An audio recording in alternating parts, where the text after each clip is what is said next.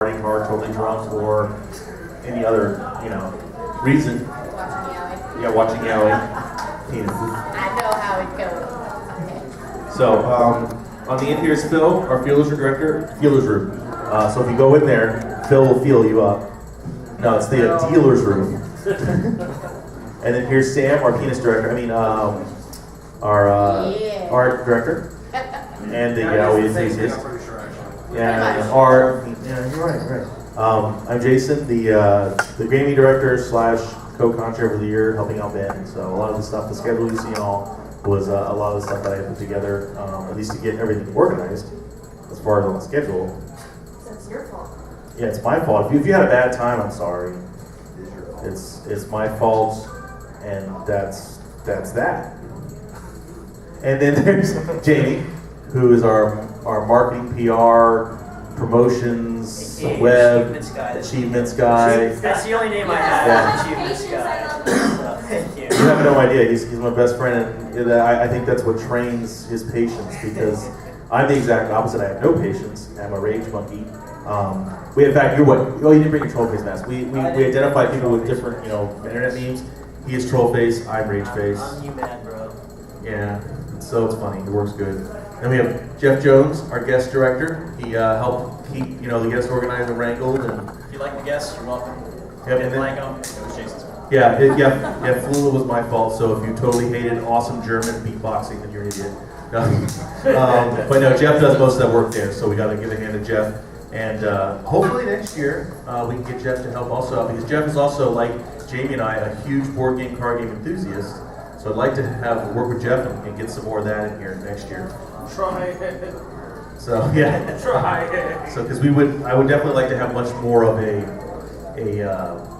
non-video gaming presence here as More well. social gaming instead of just being in your little your little zone of fortress of solitude while you're on the TV. We like to see the more social games, and we're really pleased with the turnout that we got at Magic and at Werewolf and at the Vampire game as well. We actually didn't have enough cards to go around, I think, for Vampire. We had couples playing, so. Yeah.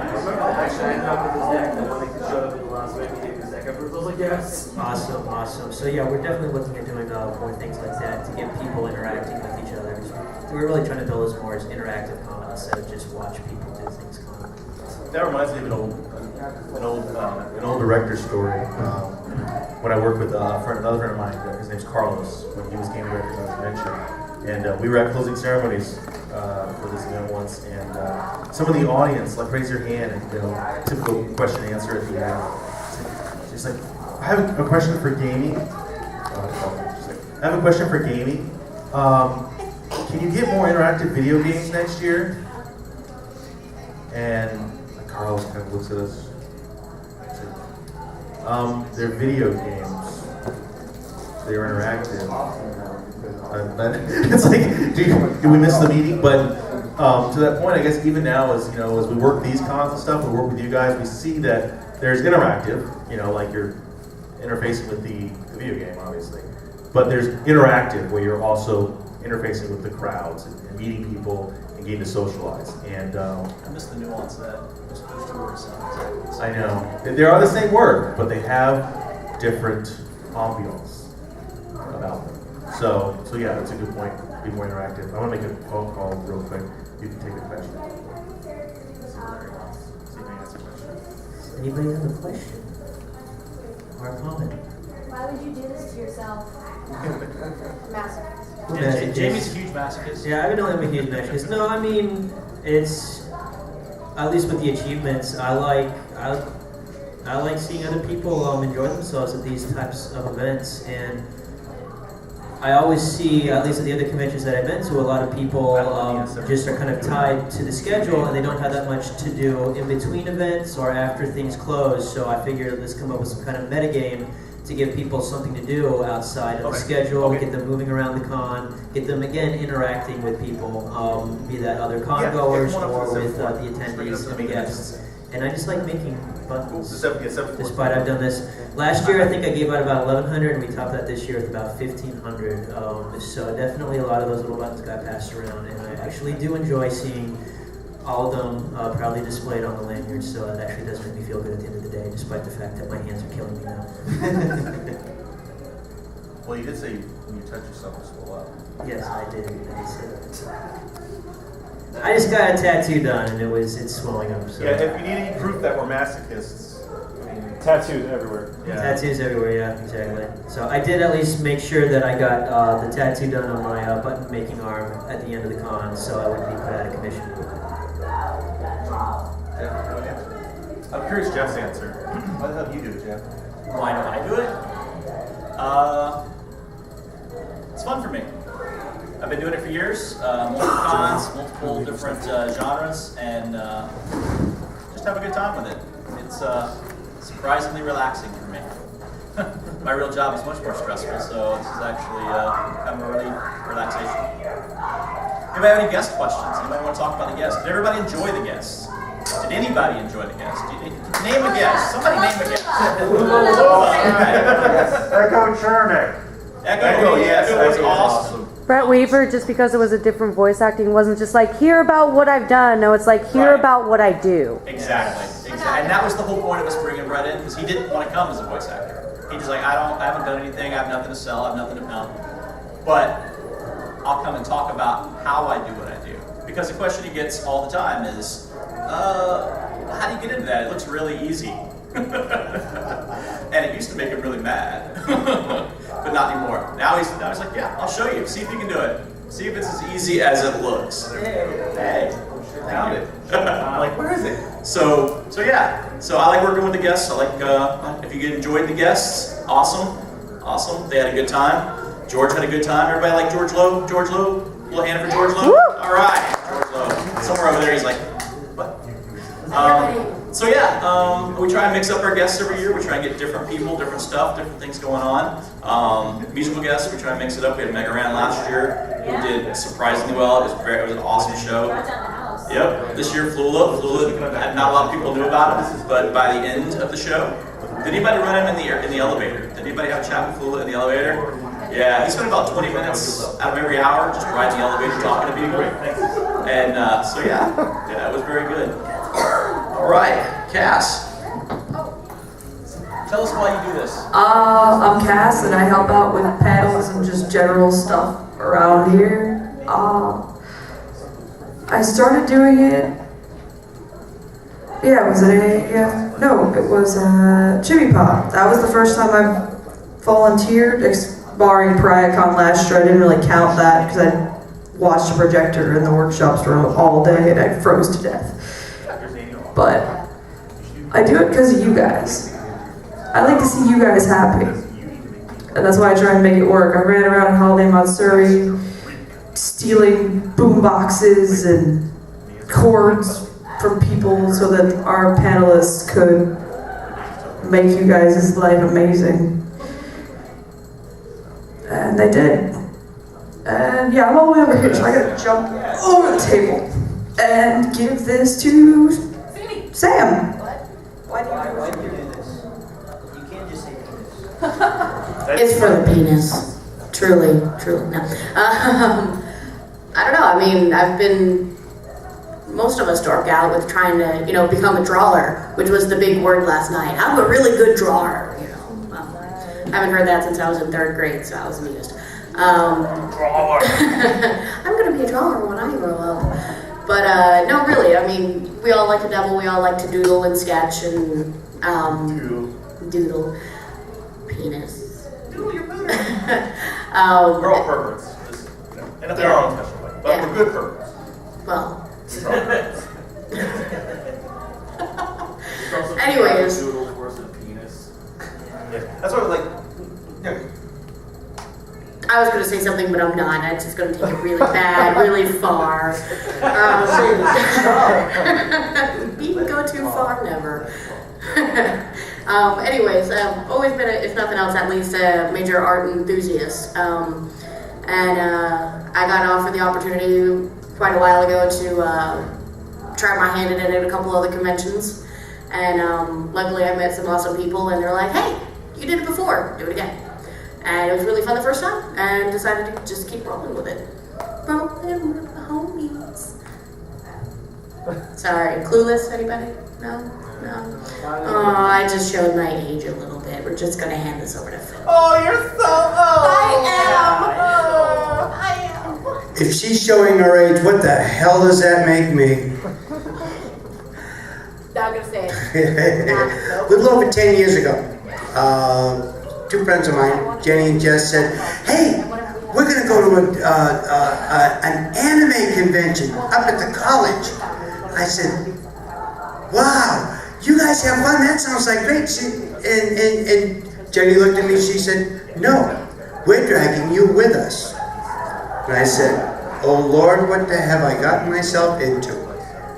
Actually, I think I got kind of saved because of from that, because about 2 weeks later, Austin approached me and he said, "Phil, you've heard of J-Con?" I said, "As a matter of fact, I have. Jenny and Jess want to take me up there and dress me up like a little paper doll." And he said, "I have a better idea. We need help in the dealer's room." And at that time, my very first year, I ran security. I was a roamer there, and I had fun. They asked me I asked, "Okay, so what is my job?" And I was told, "See all those little kids out there?" And I said, "Yeah. Your job is to help make them safe from everything. Help keep them in line, help make sure." And I said, "I can do that." And as usual, there's been at least one weekend every single year for the last 11 years now, where I have had Zip Voice on Sunday.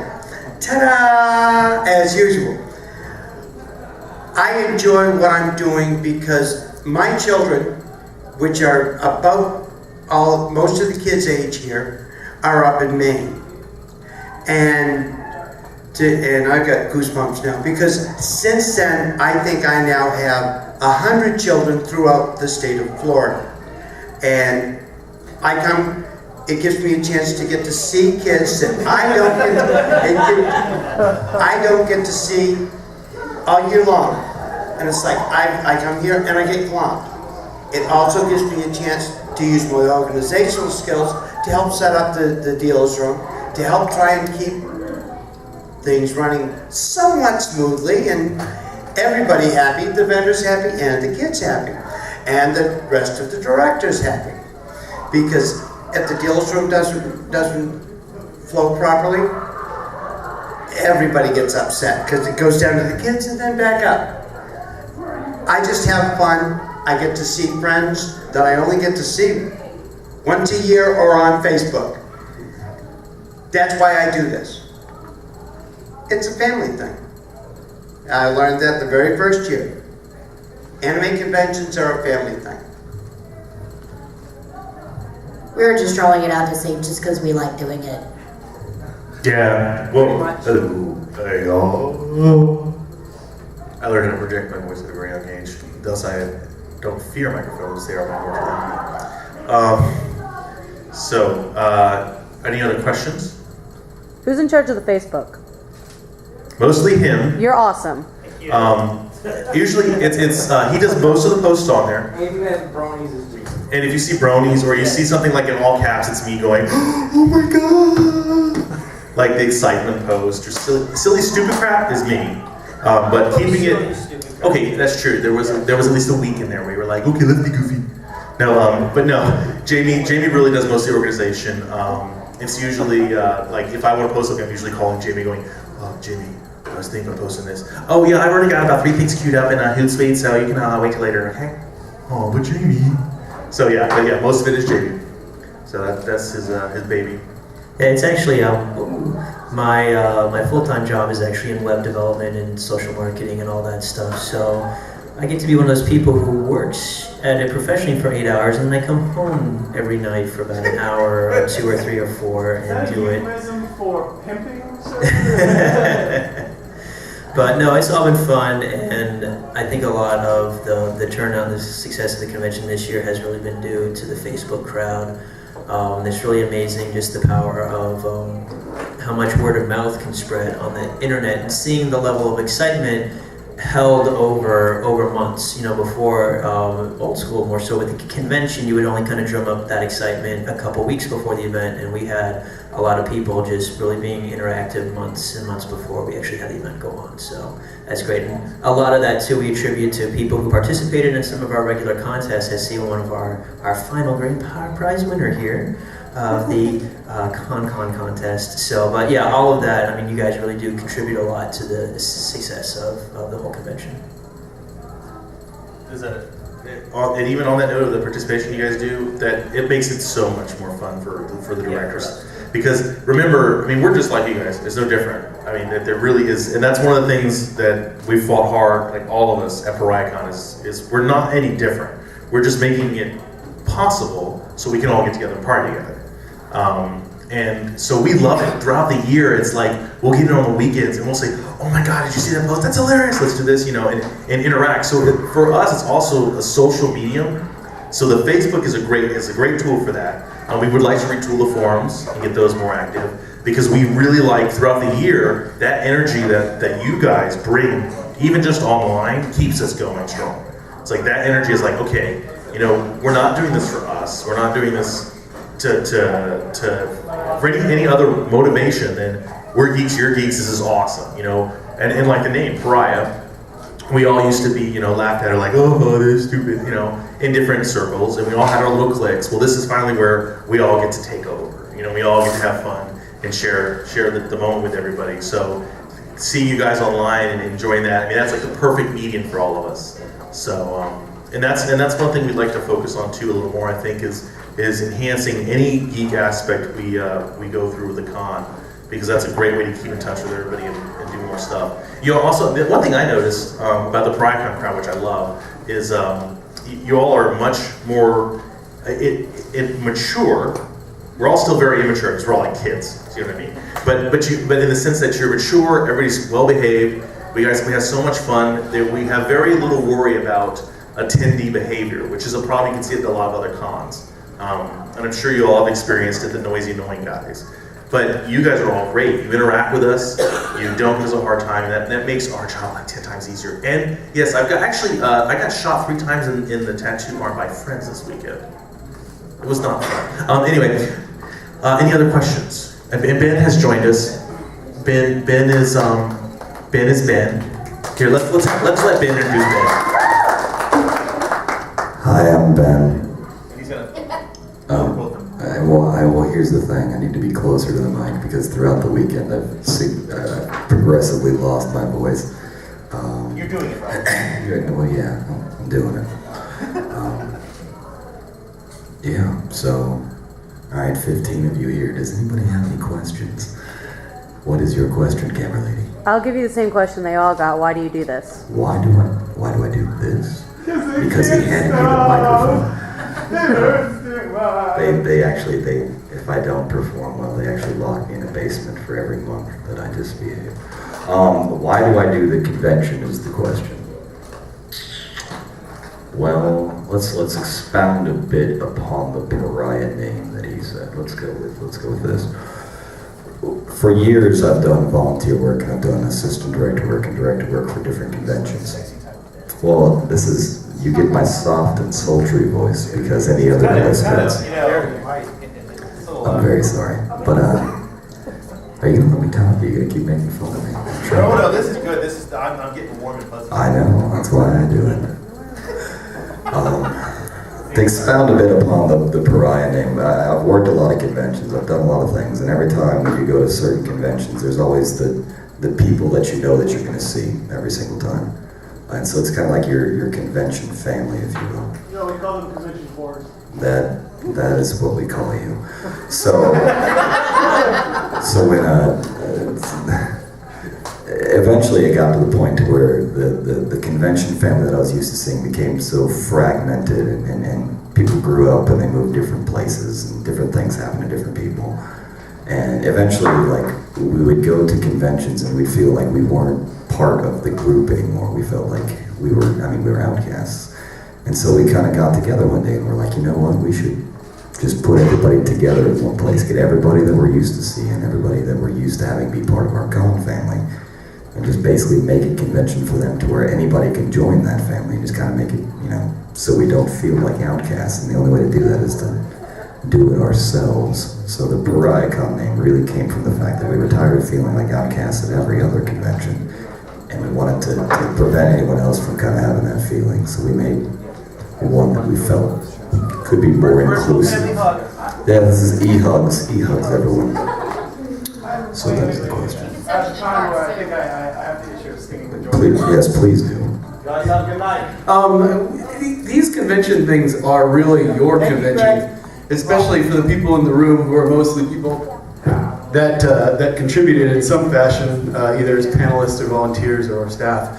You hijack conventions. That's why you feel unwelcome at certain conventions, because some a-hole has hijacked that convention for their own purposes. You can take it back. Most of the time these things come in cycles. Yes. No, seriously. If you all stand up and work together, you can take anything you want. Especially since somebody they went can take your con, but they can't take your freedom. Okay. You're serious. I mean, the Orange Anime guys, are hijacking conventions for various reasons. They have a good time. The people come out to see them, and whatever. And those are the people you want. They're doing something that's making people have a good time at your convention, right? But you can go to other people's conventions, decide you want to do something, and try and insulate yourself against the a-holes that are causing problems, and do stuff. Like if you wanted to go to, say, Anime Festival Orlando, what you need to do is talk to the people who are running the convention and say, I want to do this at your convention. Now, a lot of times we have panelist forums or whatever, and I mean, in the old days, you could have done it in JCon as well. And that, like I said, people have hijacked your conventions to do what they want to do. You take them back and you make them yours. So there. And yeah, Karen from AFO was awesome. She was out here last night. So we do love AFO. We're not poking fun, but we do stuff there. Karen is great, and she liked my cane. And unfortunately, when she came back with some tequila and sushi, locked the bar. Okay. So, all right. Any other questions? In the back. Did you like your donut yesterday? It was delicious, thank you. Did you find anyone to give the other donuts to? I gave one to CJ, and then my mom ate the last one. Then all is well with the world. No, because the rest of us directors did not get donuts. Thank you. Yeah, we didn't get any donuts. I am awful jealous of Ben's successes, so I think that's why you all want to ask him questions, so I will Last night I was on the airline for like an hour. So, all right. So, does anyone? Oh, sorry. I have to do my soft voice. So, everybody remember the guy that was out there in the lobby, 91 point from hand?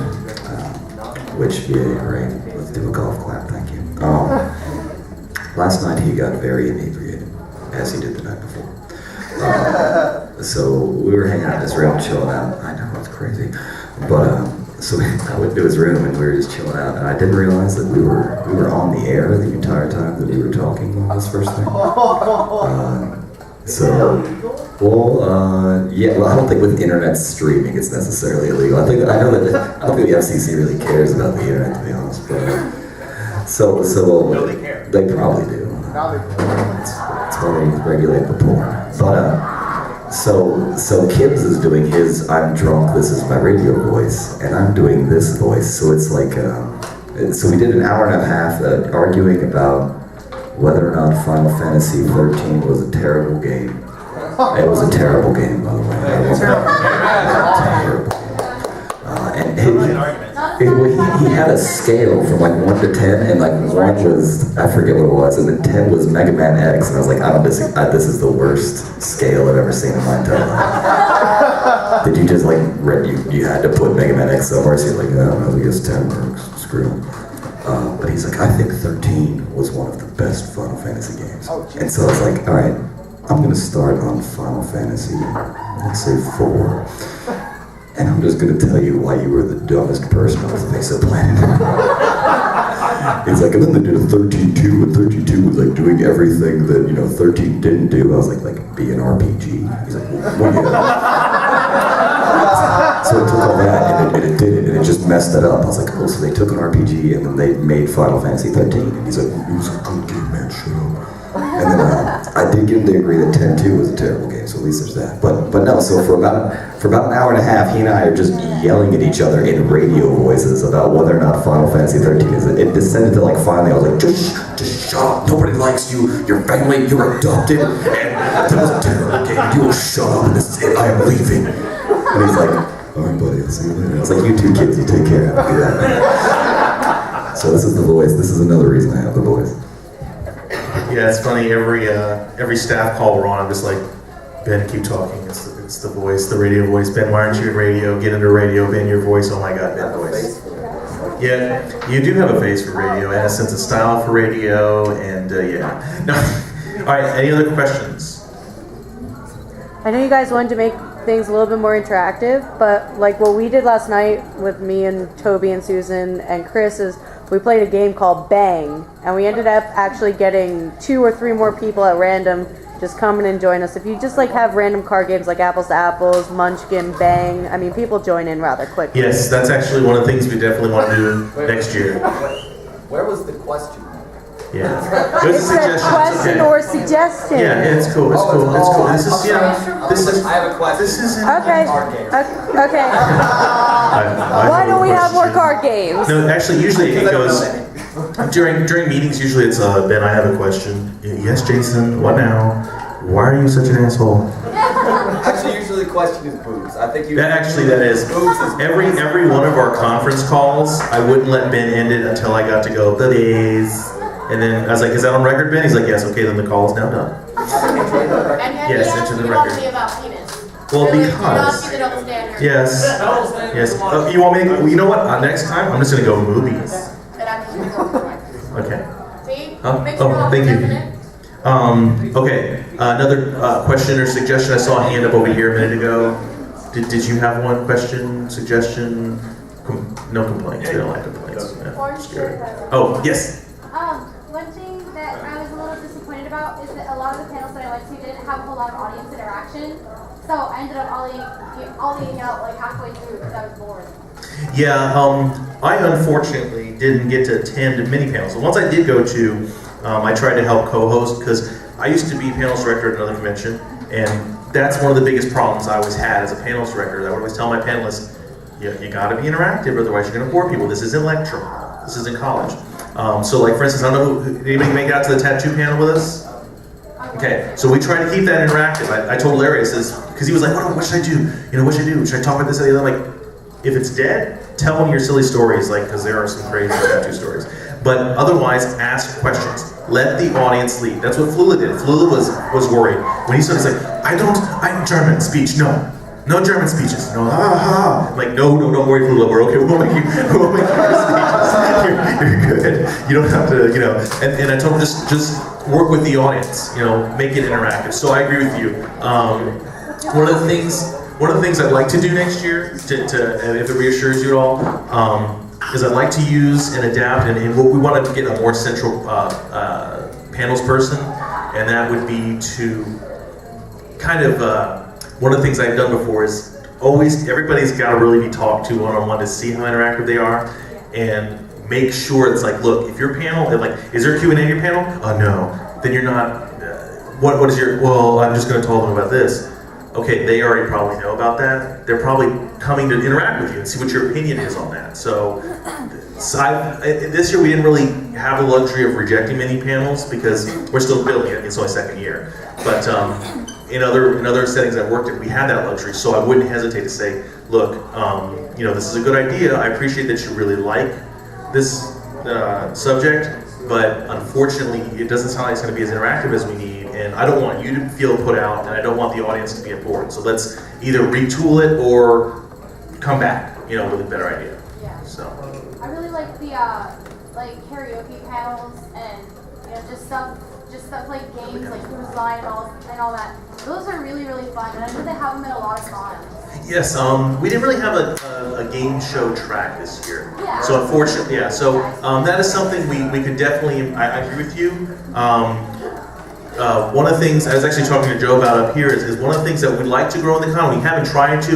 Unfortunately, right now, since we're only like second year con, we have a limited staff. We're trying to grow that. I mean, so if you guys want to get involved, please do not hesitate. We are looking for good, dedicated people who are willing to work hard and make things happen. So if you want to, we will not turn you away.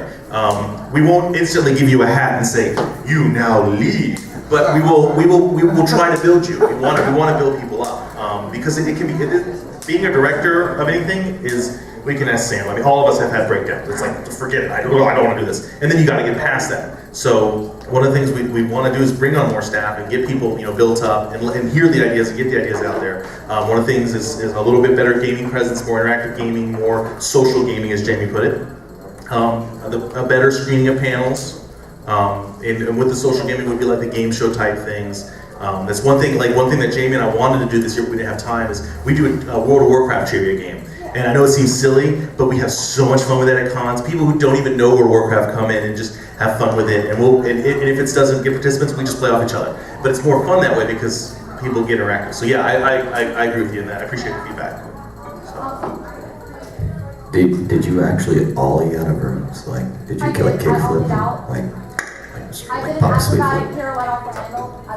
Just making sure, because that was an awesome term. I think whenever I'm going to dip out of a place, I'm going to say I'm ollieing out. Like, thank you for that phrase. Alright, fair enough.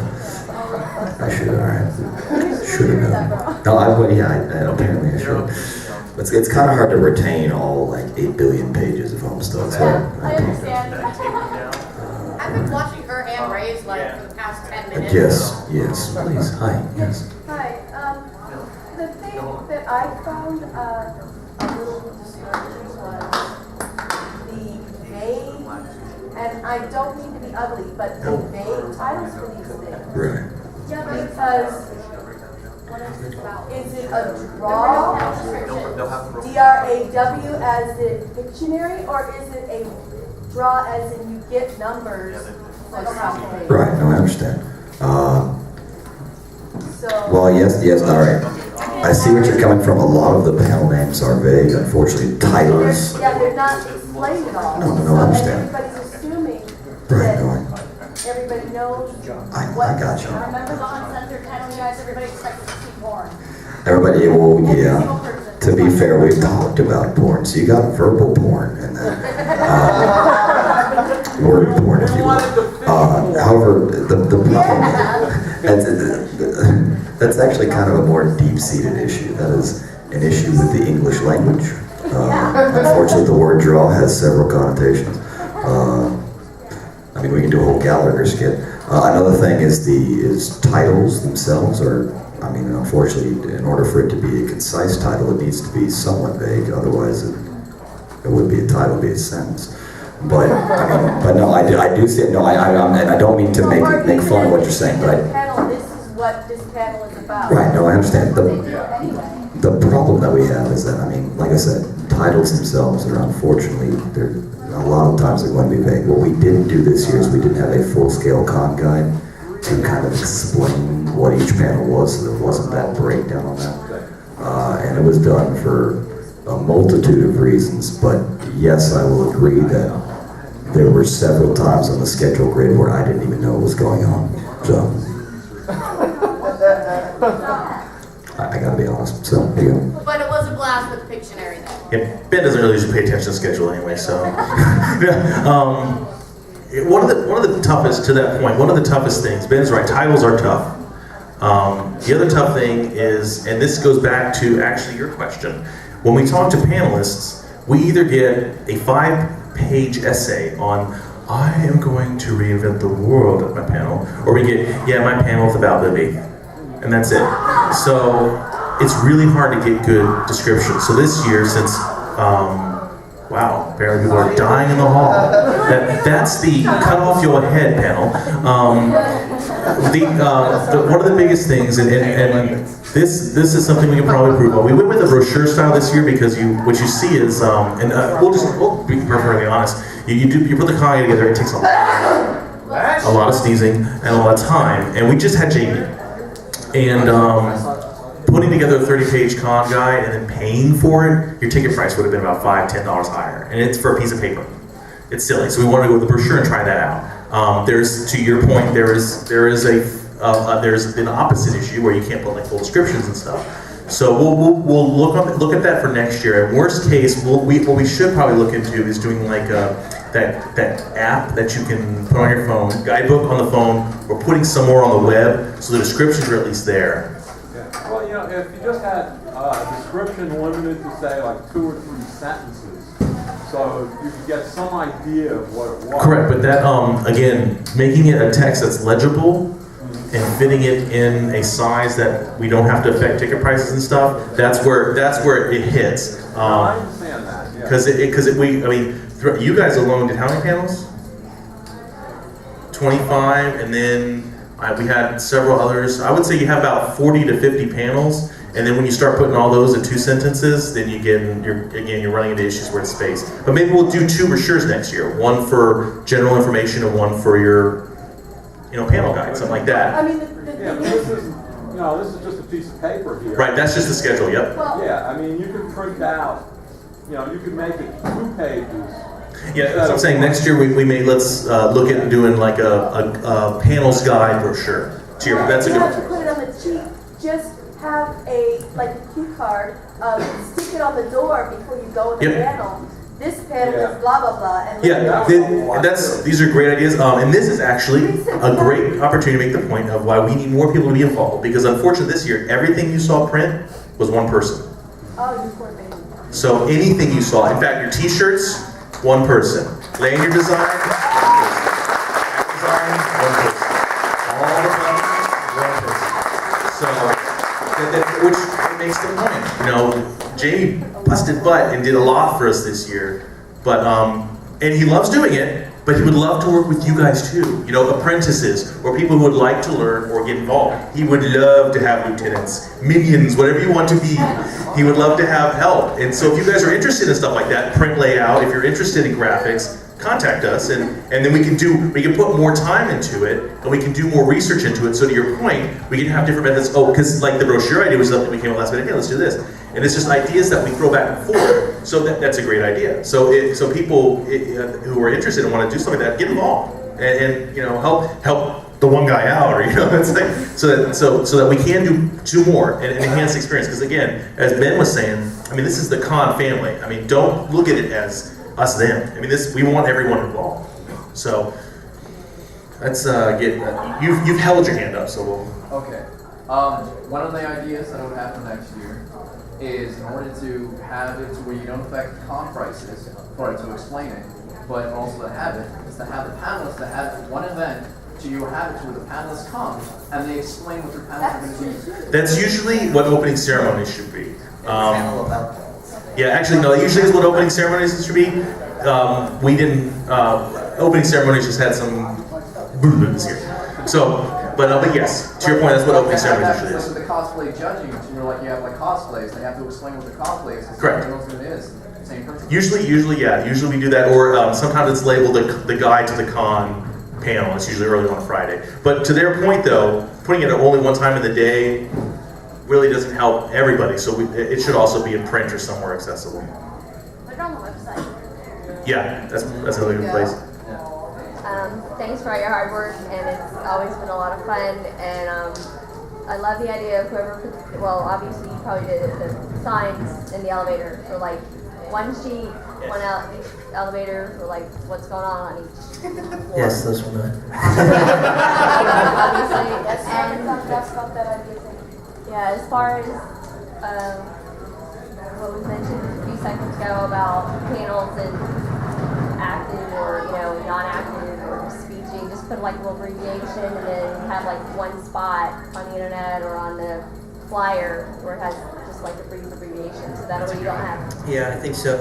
Yeah, there's a lot. There's really just kind of a sweet spot that we're still trying to find in terms of a economy of paper and price too. Because it's not just the price, but I'm sure a lot of you have been to conventions where the book is it's like a phone book. It's very intimidating, and you get that sort of paralysis of choice. Yeah, Dragon Con is a great example.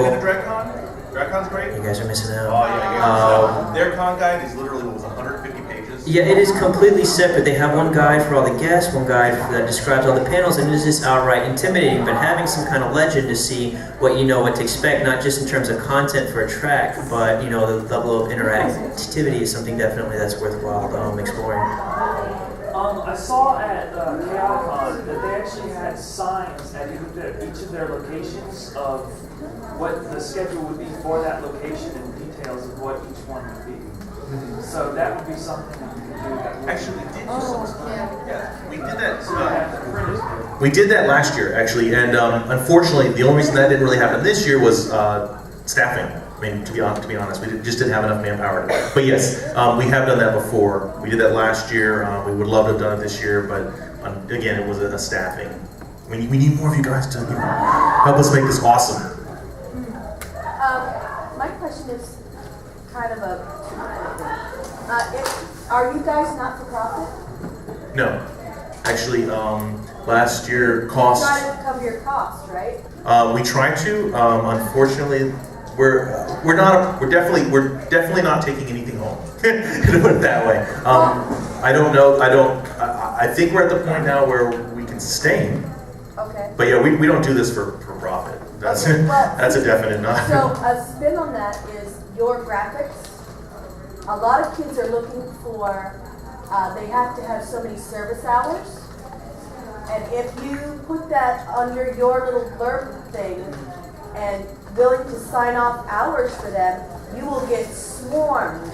There are definitely a lot of hours to be put in there, because if you're talking to asking whether or not we're for profit, and we're discussing that we are covering ourselves in terms of hard costs, but there is always that kind of unknown, unspoken kind of sweat equity that's going on, which is something that you only recoup based on the reception that we get here at the con. So that's pretty much the only point where we break even or make a profit. But yes, your point as to having people do some service in terms of kind of like a little bit of interning is a very good idea. So, and it does let people jump right into the fray and see what's involved here, because what we are doing in the convention does relate a lot to a lot of our professional jobs too. Mine, especially because I work so closely in web development and marketing and things like that. I know a lot of people who come to these groups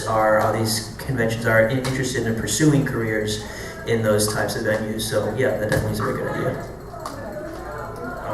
Actually, I completely forgot where I was going.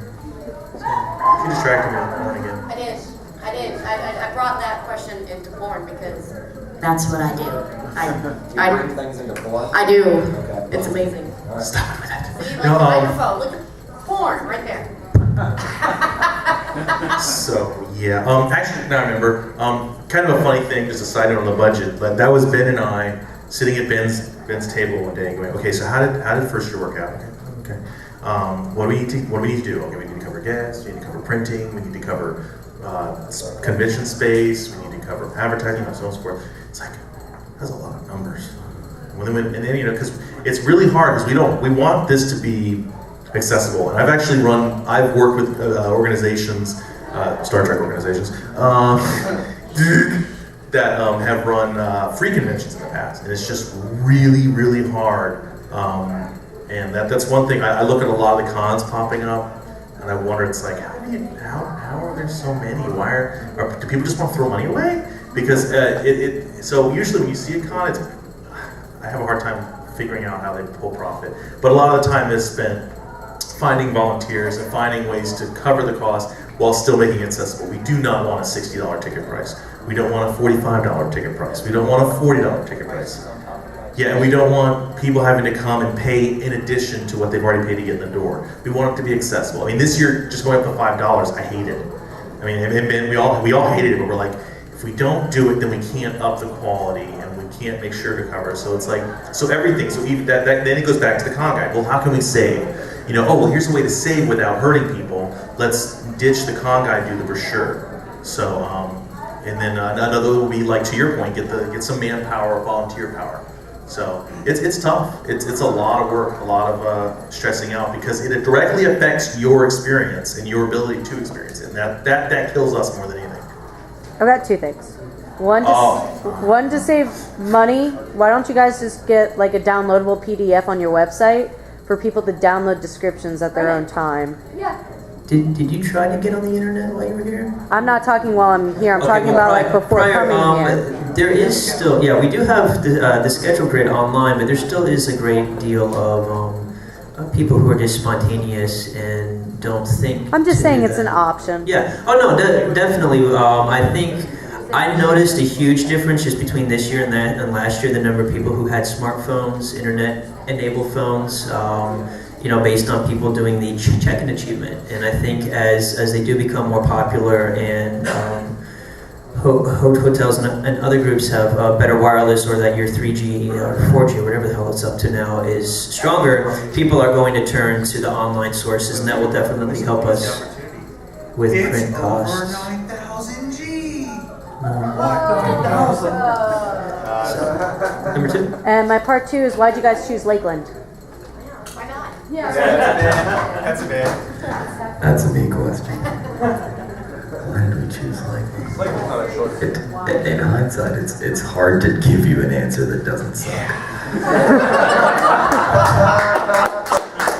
I can tell you what I was initially thinking, if that will suit you, which I hope it will, because it's the only way I can make it sound nice. I feel that Polk County is alright. Well, I'm trying to make this succinct as well, and also I'm tired, and also I'm still hungover from Friday. Well, it's not actually no. It actually even isn't because I live here. Honest to God, that didn't even factor into it because Jathan doesn't live here. And first year I was making Jathan drive over here every other week. Well, I know, but you weren't driving. I didn't make you drive the first year. Second year is when you put on the gas.